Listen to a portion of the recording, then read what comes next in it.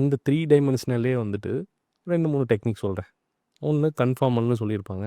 இன்னொன்னு IMRT intensity modulated radius சொல்லியிருப்பாங்க. இன்னொன்னு ரேபிட் ஆர்க் ஆர் பிமேட்ன்னு சொல்லியிருப்பாங்க. இந்த மாரி சில டெக்னிக்லாம் இருக்கு. என்னன்னா, இப்போ அது 3 டைமென்ஷனல்ல டிஃப்ரெண்ட் டெக்னிக்ஸ். 2த்துக்கும் 2, 3 டெக்னிக்ஸும் ஒண்ணும் பெருசா டிஃபரன்ஸ் இல்ல. சின்ன டிஃபரன்ஸ் தான். டியூமர ட்ரீட் பண்றதுல எந்த டெக்னிக்லயும் டிஃபரன்ஸ் கிடையாது. அது மட்டும் தெளிவா இருந்துக்கோங்க.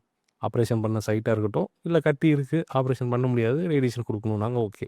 இது எல்லாத்துலயுமே அந்த கட்டிக்கு போற டோஸ்ல எந்த மாற்றமுமே இல்ல.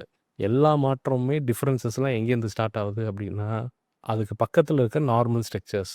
எப்படி இப்ப ஹெட் அண்ட் நெக்குங்கிறது ரொம்ப க்ளோஸ்டு ஸ்ட்ரக்சர்ஸ். உதாரணத்துக்கு உங்களுக்கு கட்டி இங்க தான் இருக்கு, கன்னத்துல இருக்கு, கழுத்துல சின்னதா நெறி கட்டி இருக்குன்னு வச்சுக்கலாம். இப்ப இந்த ஏரியா ட்ரீட் பண்ணணும். கரெக்ட்டு. இப்போ இங்க வந்துட்டு பரோட்டிட் கிளாண்ட் இருக்கும். நம்ம எச்சி சுரப்பி இருக்குல்ல, அது இருக்கும். இந்த இடத்துலயும் ஒரு எச்சி சுரப்பி இருக்கும். நாக்கோட இந்த சர்ஃபேஸ் இருக்கு. மேல அன்னம் பகுதியில இருக்கு.